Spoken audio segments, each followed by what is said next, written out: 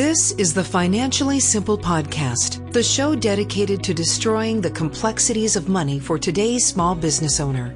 The content in the show is for informational purposes only. This show is not investment advice. Instead, seek help from a competent financial advisor or conduct your own due diligence. Justin Goodbread, CFP, is an investment advisor representative of Heritage Investors, a registered investment advisor only conducting business in states where it is properly registered or is excluded or exempted from registration requirements. Registration is not an endorsement of the firm by securities regulators and does not mean the advisor has achieved a specific level of skill or ability. Here's your host, pizza-loving, certified financial planner, Justin Goodbread. And welcome back to the Financially Simple Podcast. I'm your host, Justin Goodbread, and today we're going to talk a little bit more about taxes. As you know, we spent the last few episodes talking about cash flow, specifically how you get paid, or maybe how you should get paid, and how you can pay your family, etc. And now we're going to start talking about how to spend your money. Now, whenever I start talking about expenses, I'm not the typical financial person that says we should cut, and not live a life. That doesn't make any sense to me. Look, I realize that we business owners, we bust it. We go to work 60, 70, 80 hours a week.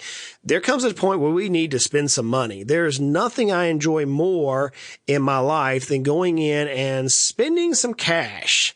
Buying hunting and fishing stuff. I love buying stuff for the tractor and the farm. Love taking the family out to vacations and just traveling. But when it comes to expenses, there's perhaps one thing which destroys our cash flow more than anything else. And that is taxes, which is why I've been talking about taxes for the last few episodes. Today, though, I want to drive down 49. Yes, I used the number 49 surprising and possible tax deductions for small business owners. I'm going to go through 49 different tax deductions that you may or may not be able to use. So in 2017, in December, Congress signed the TCJA, the Tax Cut and Jobs Act, and it went into effect last January of 2018. And many reporters and tax professionals considered this particular change in the law one of the biggest tax reforms that we've seen in our country in decades. And the majority of people in the United States found out as we finished up our taxes this year, and we're now in 2019 as I record this, exactly what the Tax Act did for us. The IRS actually said on their website, quote, "The IRS is working on implementing the Tax Cuts and Job Act. This major tax legislation will affect individuals, businesses, tax-exempt, and government entities." It was a major legislation. So out of that legislation came about many different deductions, potentials that some of us have never thought about before. And so tax advisors, many of whom I work with nationally at different acclaimed CPA and accounting firm or tax law firms, have been scouring the code trying to review deductions. And I've been having multiple conversations with these advisors nationally. And so I've been keeping a list of the deductions. Now, what is a deduction? A deduction is an expense that a business has that can be used to reduce your total taxable income. The IRS says it has to be both ordinary and necessary. So here's what the IRS actually says. Quote, "An ordinary expense is one that is common and accepted in your trade or business. A necessary expense is one that is helpful and appropriate in your trade or business. An expense does not have to be indispensable to be considered necessary." That's a quote directly from the Internal Revenue Code. So what does all that jargon from the IRC, Internal Revenue Code, mean for you? Basically, you can save a little bit more money than you think on taxes if you know the deductions. So I'm going to run through 49 possible deductions. Again, I say the word possible because it's up to ultimately your tax advisor. I am not your tax advisor. I am not a tax advisor. I'm a financial planner. I am a business consultant. I work in the area of taxes with a lot of tax advisors nationally. And this is where I'm going to tell you, we got to talk to our tax advisors. But I'm going to list you 49 possible tax deductions that you may want to know about. Some of them may be applicable to your business. Some of them may not be applicable. So I want to run through these rather fast to keep the episode length to my standard 20 to 25 minutes long. But I want to hit them pretty fast and have links on the blog, financiallysimple.com, to explain a little bit more about these deductions. So here we go. The first one is perhaps the most monumental to me, and it's called the Qualified Business Income Deduction. I have mentioned this many times. I even did a video about this. I've written articles about this. I can cite many things. All you got to do is Google QBID or go to financiallysimple.com and look at some of the videos we talked about. But it's really cool. It's a 20% deduction for pass-through entities. So sole proprietorships, S corporations, or partnerships, if they're eligible, and there's a whole rule on eligibility, can receive a 20% deduction on your total income. So if you make $100,000 in total income and you're eligible, you can deduct $20,000. Friends, that's huge. That to me is one of the majors of the law that changed in December 2017. Number 2 is bonus depreciation.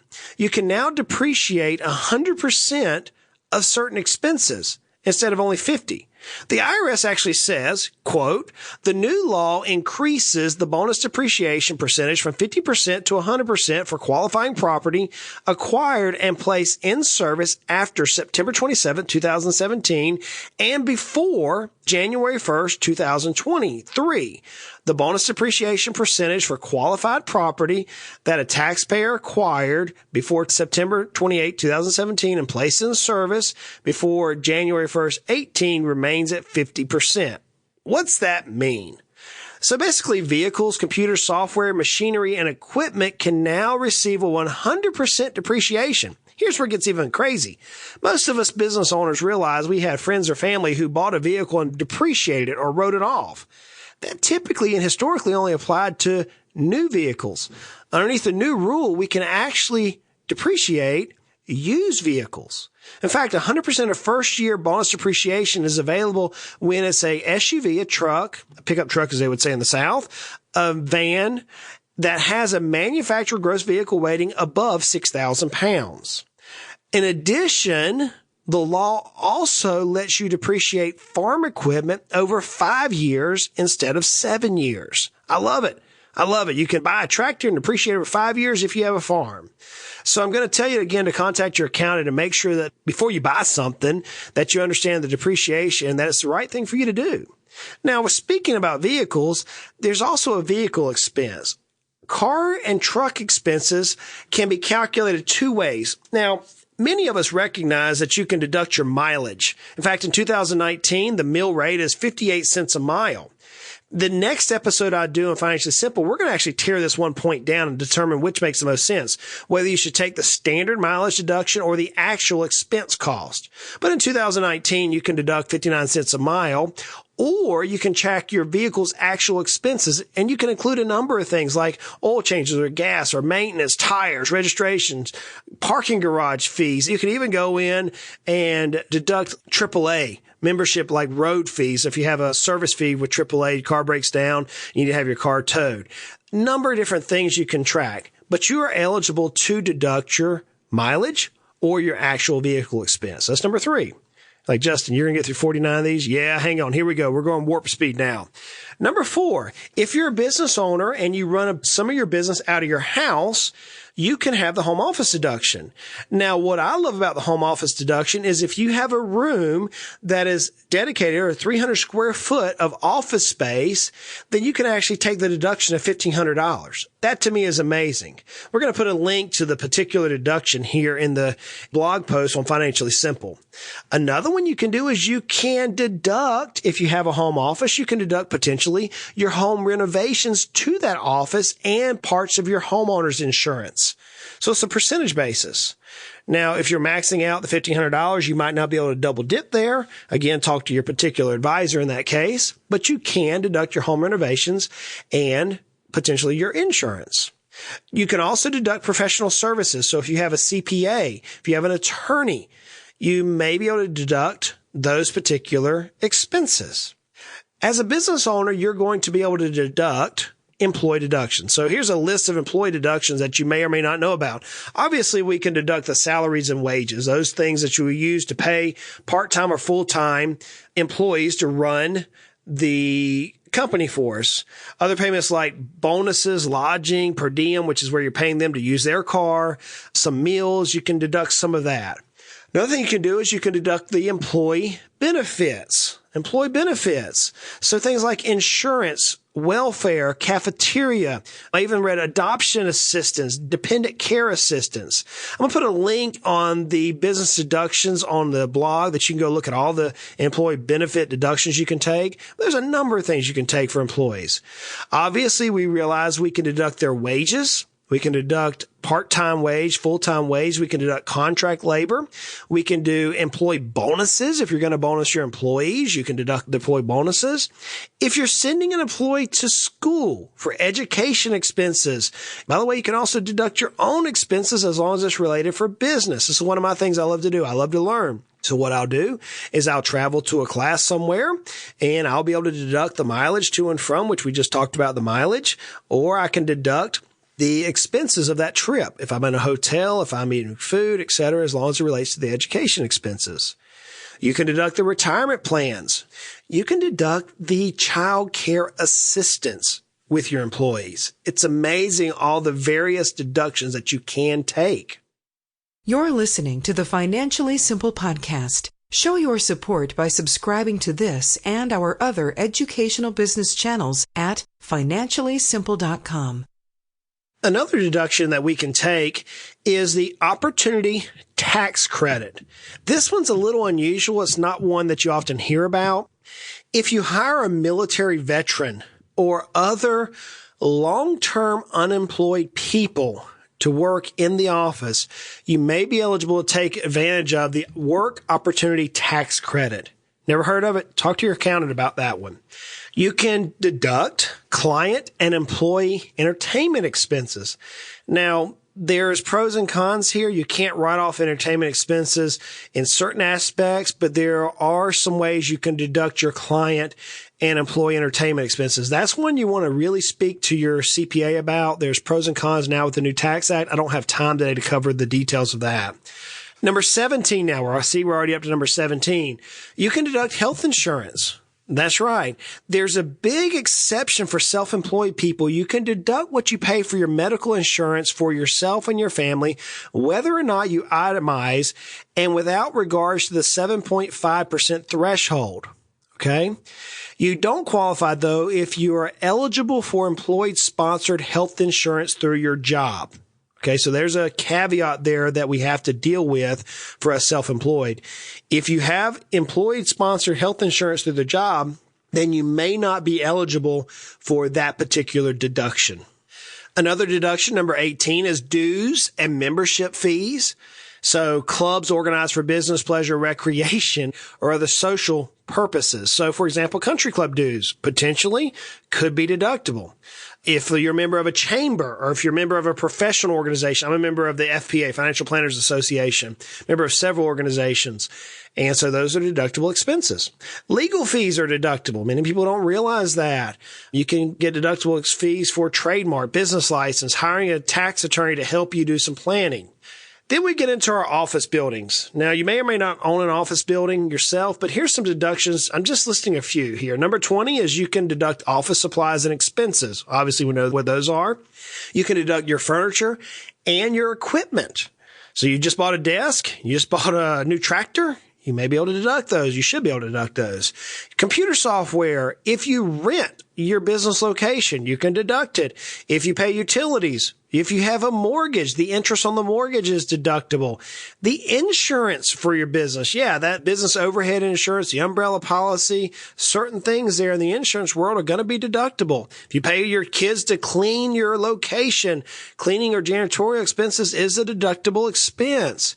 Moving expenses are deductible. So if you're a sole proprietor or self-employed worker and you had to move more than 50 miles away for business, there's a rule there, you may be able to deduct some of your moving expenses from your taxes. Okay? Some rules there on that.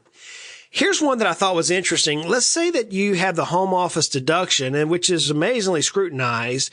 You may be able to deduct some of the landscaping at your house. There's actually a court case I'm going to list in the blog on Langer versus Commissioner. And here's the deal. A man regularly met his clients at his home office, and he had to keep the place up to make it look suitable. It wasn't all deductible, but the tax court allowed part of the landscaping cost to be deductible. It's pretty amazing. Startup expenses, the money you incurred in advertising, etc., those are going to be deductible. Travel expenses are going to be deductible, and that could be airfare, meals, hotel, rental cars. Travel expenses will be deductible. Here's one, taxes. Deducting taxes is a little tricky, but you are able to deduct your share of FICA, FUTA, and state unemployment taxes, maybe even local taxes that you had to pay. Sales taxes, depending on the state you're in, is deductible. If you rent equipment, something like a machine business, I was talking today with a landscaper who rents a ton of equipment. The equipment rental fees are a deductible expense to that individual. Interest on loans are deductible. If you're dealing with R&D, research and experimental cost, that's deductible. Hey, friends, we're already up to number 36 here. If you have an inventory-based service business, now here's a tricky one. Inventory for service-based businesses can be deductible. So here's the deal. Inventory is typically not a deductible expense, okay? If you're dealing with inventory, you're often running an accrual-based accounting method versus a cash-based accounting method. However, if you're a service business, so I'm a service business, and you're using cash method of accounting, you can treat some inventory as supplies and deduct them. So for example, let's say you're running an ice cream shop and you sell some special hot fudge sundaes. The inventory may be deductible. See how this works? This is where a good qualified tax advisor can help you. I'm not talking about a bean counter who goes in and just fills out forms. I'm talking about someone who can think with you this time of the year to start figuring out how can we get more deduction to save our cash flow.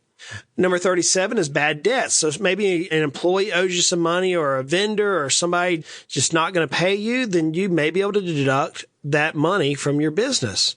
Bank charges, the amount of money that a bank charges you, which should be zero, by the way, in my opinion. Can I hear amen there? Or credit card fees are deductible. If you had a disaster, a natural disaster, if you're a victim of that, or a theft, many times that can be a deduction. Now, the insurance can't reimburse you for it, but many times it can be a deduction. Number 40, I see so many people forget about, and that's a carryover of deductions from last year. So some small business deductions can carry over from year to year. For example, if you had previous capital losses in the past and you weren't able to take the full amount, you can bring those over into the next year. That's a carryover deduction. If you buy tools. Now, the IRS distinguishes between tools and equipment, and there's a reason for that. I'm going to put a link in the blog post on what you can deduct according to the IRS, okay? IRS tools doesn't mean just hammers or screwdrivers. Cookie sheets if you're a baker, or if you're a pool builder and you need to have a trial. If you're in a white collar, there's always a tool. A stapler could be considered a tool. If you have unpaid goods, if your business produces a good and you're not providing a service, you can deduct the cost of the goods that have been paid for yet. Now, again, talk to your tax advisor about that. Number 43. Continuing education is an amazing deduction. You can use it, as I mentioned, you can use it for yourself, the person, or you can use it for your team. Goes either way. So continuing education is amazing. Advertising and marketing is deductible. Charitable contributions. Yeah, we always know that person who comes and wants us to advertise for some charity. You can have a charitable deduction. Again, I'm going to put a link here for what the IRS says is an eligible deduction for charitable deduction. So I'll put a link in the blog post. 46, intangible marks like trademarks or intellectual property. There's a potential for deduction there. And I wanted to leave you with the last three on some fun deductions, which are kind of crazy. One of them I actually didn't know about. I was like, wow, this is cool. So number 47, you can deduct cat food. Yeah, you heard me, cat food. So let's say perhaps you own a particular business that has a bunch of mice. Okay. I was down in Georgia visiting some farmers and they had a chicken coop, and man, there were mice everywhere. They can actually deduct the expenses of having a cat to kill the mice. The average house cat. Now, you can't just go out and have a cat at home and say, I need to have a cat in my home office and therefore I'm going to deduct the cat. It's not how it works. You have to have a legitimate business expense there.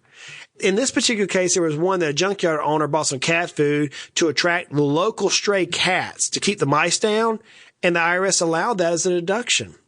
I have another client who uses guard dogs. He uses guard dogs to protect his business and some certain things in his business. And that was actually approved in an audit that I personally saw. Now, number 49, I'm going to leave you with one that just had me scratching my head till today, but it's still funny. I'm going to give you an applicable thing here. An ostrich farmer in Louisiana's St.